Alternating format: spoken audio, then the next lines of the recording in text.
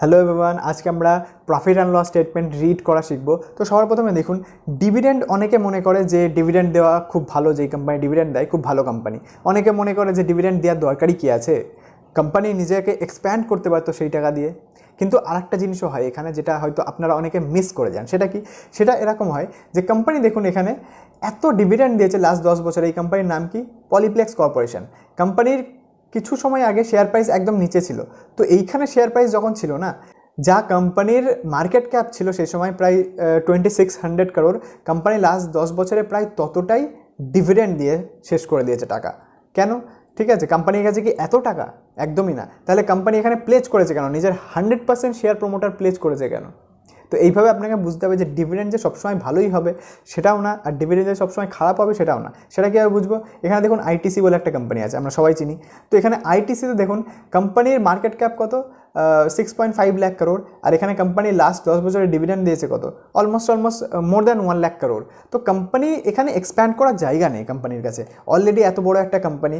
তো সেই জায়গায় দাঁড়িয়ে যদি কোম্পানি ডিভিডেন্ড দেয়ও তো সেক্ষেত্রে প্রবলেম নেই, কিন্তু এই কোম্পানির কাছে তো এক্সপ্যান্ড অপরচুনিটি অনেক বেশি আছে না। এটা একটা স্মল ক্যাপ কোম্পানি, 3600 করোড়ের মার্কেট ক্যাপ, এর কাছে এক্সপ্যান্ড করার অনেক জায়গা আছে। তাহলে ডিভিডেন্ড দিয়ে টাকা শেষ করছে, তার উপরে আবার এখানে প্লেজও করে রেখেছে শেয়ার, তার মানে কিছু না কিছু রেড ফ্ল্যাগ আছে, সেটা আমাদের বুঝতে হবে। তো এই তো গেল ডিভিডেন্ড। এবারটা বাকি প্রফিট অ্যান্ড লস স্টেটমেন্ট কীভাবে রিড করতে হয় সেটা আমরা স্টেপ বাই স্টেপ শিখবো। তার আগে আমরা অলরেডি ব্যালেন্স শিট আর ক্যাশ ফ্লো স্টেটমেন্টের উপর ডিটেলড ভিডিও বানিয়ে দিয়েছি, যেটার প্লেলিস্ট আপনারা পেয়ে যাবেন চ্যানেলে। তো সেটা যে অবশ্যই দেখবেন, না হলে আপনি অনেক কিছু মিস করে যাবেন অ্যাকচুয়ালি। তো এখানে প্রফিট অ্যান্ড লস স্টেটমেন্ট কীভাবে রিড করতে হয় বলে দিই। রেভিনিউ, যে কোনো কোম্পানির দেখুন দুটো জিনিস, যদি কোম্পানির রেভিনিউ আর অপারেটিং প্রফিট মার্জিন যদি দুটো ভালো না থাকে, তাহলে সেই কোম্পানিতে ম্যানেজমেন্ট যতই স্বপ্ন দেখা যাই বলুক, কোনো লাভ নেই।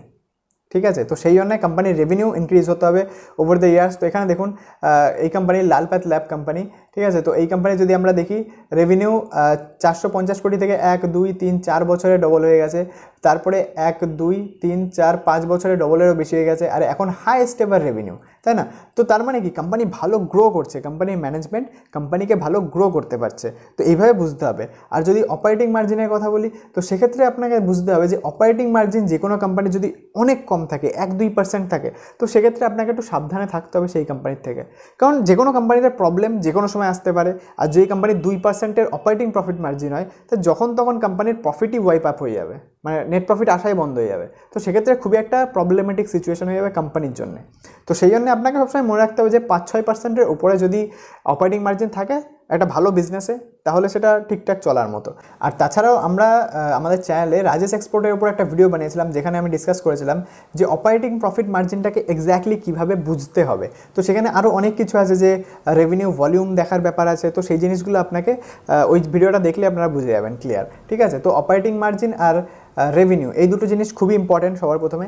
তারপরে আদার ইনকাম, দেখুন এখানে দুটো জিনিস হয়, একটা হচ্ছে আদার ইনকাম, একটা হচ্ছে ইন্টারেস্ট। তো এখানে দেখুন আমি ব্যালেন্স শিটের ভিডিওতে বুঝিয়েছিলাম যে কোম্পানি যদি বড়োইং অনেক বেশি থাকে, তো সেক্ষেত্রে কী হবে সেটাকে বুঝতে হবে যে ভালো না খারাপ।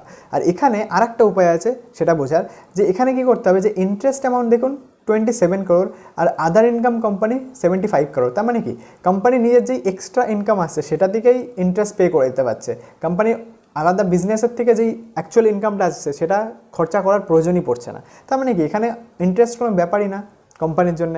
তো এইভাবে বুঝতে হবে, ঠিক আছে। আর তারপরে আরেকটা জিনিস কী আছে, যে এখানে আদার ইনকামে এক্সপোনেনশিয়াল আইটেম বলে একটা জিনিস আছে। তো এখানে যদি আমি আপনাদের একটা এক্সাম্পল দেখাই, তো সেক্ষেত্রে দেখবেন জেএম ফাইন্যান্সিয়াল এই কোম্পানিটার কোয়ার্টারলি রেজাল্টে গেলে এখানে দেখতে পারবেন এক্সপোনেনশিয়াল আইটেমে 846 করোড়ের নেগেটিভ। তো এটা এক্সপোনেনশিয়াল আইটেমে একবারই আসে, বারবার আসে না। তো যে কোনো কোম্পানিতে এক্সপোনেনশিয়াল আইটেমে পজিটিভ আসুক নেগেটিভ আসুক, আপনাকে সেটা এক্সক্লুড করে দেখতে হবে, ওটাকে ইনক্লুড করে দেখাটা ঠিক নয়, কারণ ওটা সবসময় আসে না, নর্মাল ইনকাম না বা নর্মাল লস না, ঠিক আছে, ওটা একবার দুবারই হয়। তো তারপরে এখানে এক্সপোনেনশিয়াল আইটেমটা আমরা বুঝে গেলাম যে এটাকে সবসময় বাদ দিয়ে দেখতে হবে। এবারটা ডেপ্রিসিয়েশনের ব্যাপারে এর আগেও আমরা চ্যানেলে অনেকবার বলেছি যে ডেপ্রিসিয়েশন কোম্পানির কোনো খরচা নয়, খরচা প্রথমবারই হয়ে যায় যখন কোম্পানি কোনো জিনিস কেনে তখন। আর ডেপ্রিসিয়েশনটা কোম্পানির অ্যাকচুয়ালি অ্যাকাউন্টিংয়ের জন্য দেখানো হয় এখানে, বাট অ্যাকচুয়ালি কোম্পানির কোনো খরচা নয়। তো তাহলে কোম্পানির অ্যাকচুয়ালি প্রফিট বিফোর ট্যাক্সটা কী হবে?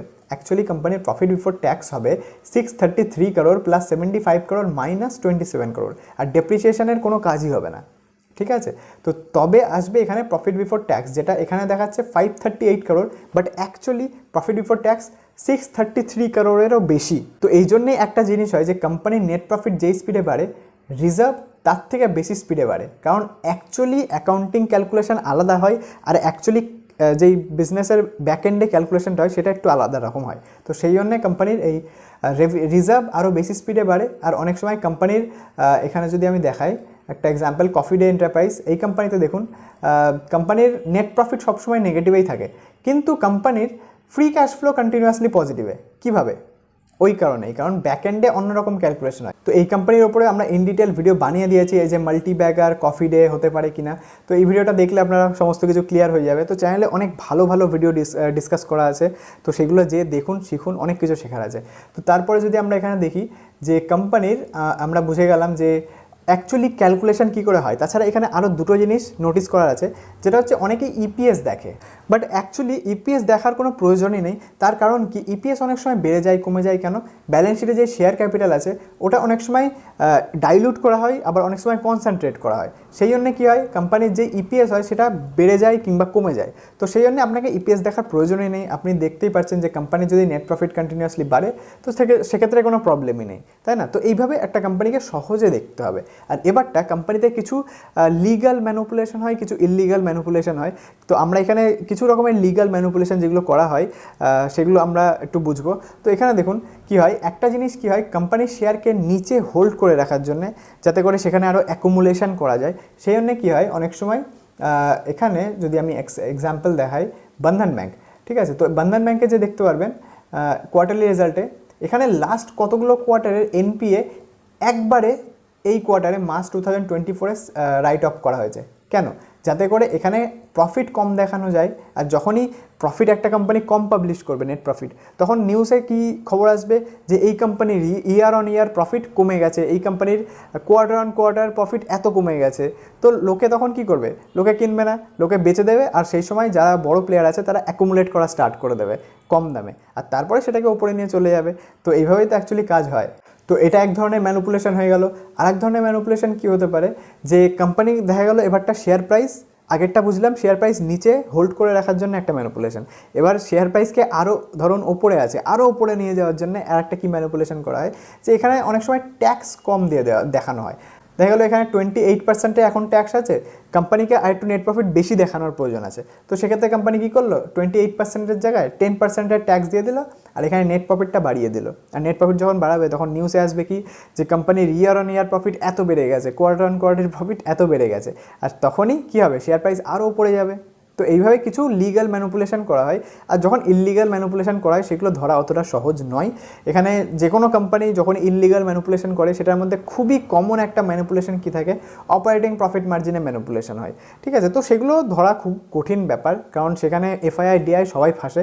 তো সেই জন্য আপনাদের সবসময় ডাইভার্সিফিকেশান করে কাজ করতে হবে মার্কেটে, কারণ মার্কেটে একটা জিনিস কনস্ট্যান্ট, সেটা হচ্ছে রিস্ক। তো রিস্ককে ম্যানেজ করে কাজ করতে হবে। আর আমাদের চ্যানেলে অনেকগুলো ভিডিও, ভালো ভালো ভিডিও ডিসকাস করা আছে। Multibagger 30% gain, 65% gain, multibagger 50% gain. তো অনেক ভালো ভালো কোম্পানি ডিসকাস করা আছে, যান যে চেক আউট করুন, সেগুলো শিখুন, শেখার জন্য খুবই ভালো জায়গা।